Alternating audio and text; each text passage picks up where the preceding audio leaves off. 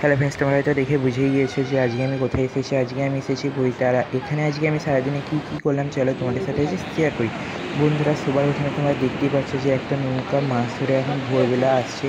এখন ঠিক 6:30 থেকে 7টা বাজে, আর এখন মাছ ধরে ফিরছি মানে নৌকাগুলি।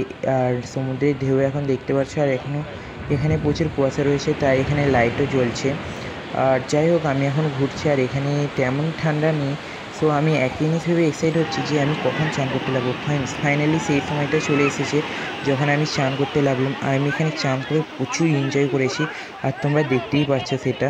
তো যাই হোক, এমন করে আমি ঠিক এখানে মানে 1 থেকে 2 ঘন্টা আমি চান করলাম। সো যাই হোক, দেখতে দেখতে সন্ধেও হয়ে গেল।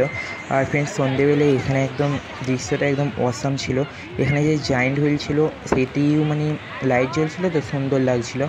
আর উটগুলো এখানে চারপাশে চলাচলি হচ্ছিল। আর কিছুক্ষণ পর দেখতে পেলাম আমি সেই ট্রেন্ডিং ভিডিও, যেটা এখন ইউটিউব, ফেসবুক চারদিকে এখন চলছে, সেই জায়েন্ট হুইলের উপর দিয়ে কাগজ উড়ানো। সো যাই হোক, সেটা হয়ে যাওয়ার পরে এখানে আমি চলে এলাম এবার মেলার ভেতরে নানান জিনিস কেনাকাটা হচ্ছিল এবং আমি সেখানে ছিলাম।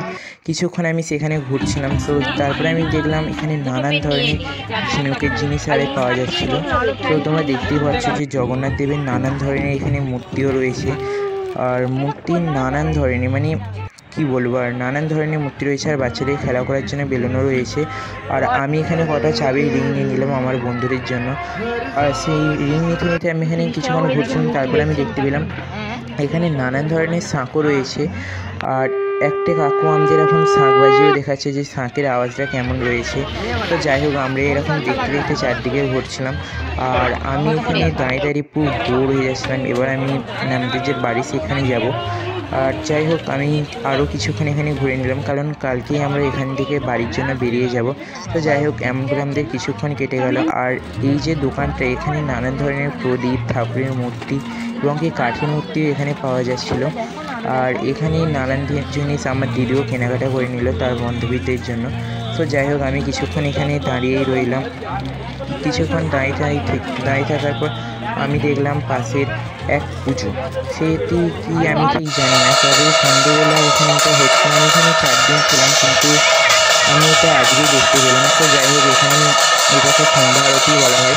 আর সন্ধ্যা আরতিটা এখানে হচ্ছিলো। তোমরা দেখতে পাচ্ছ যে কীভাবে এখানে আরতিটা হচ্ছে।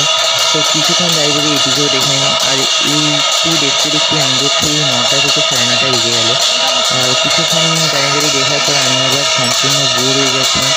তো যাই হোক, এটিকে আমি পুরোটা ভালো করে দেখতে পারলাম না, কারণ আমি অর্ধেকটা হয়ে যাওয়ার পরেই এখানে এসেছিলাম। তো ফ্রেন্ডস, এরকম আরও নতুন নতুন ব্লগ দেখতে আমার চ্যানেলটিকে সাবস্ক্রাইব করো এবং দেখা হচ্ছে নেক্সট ব্লগে। ততদিনের জন্য বাই।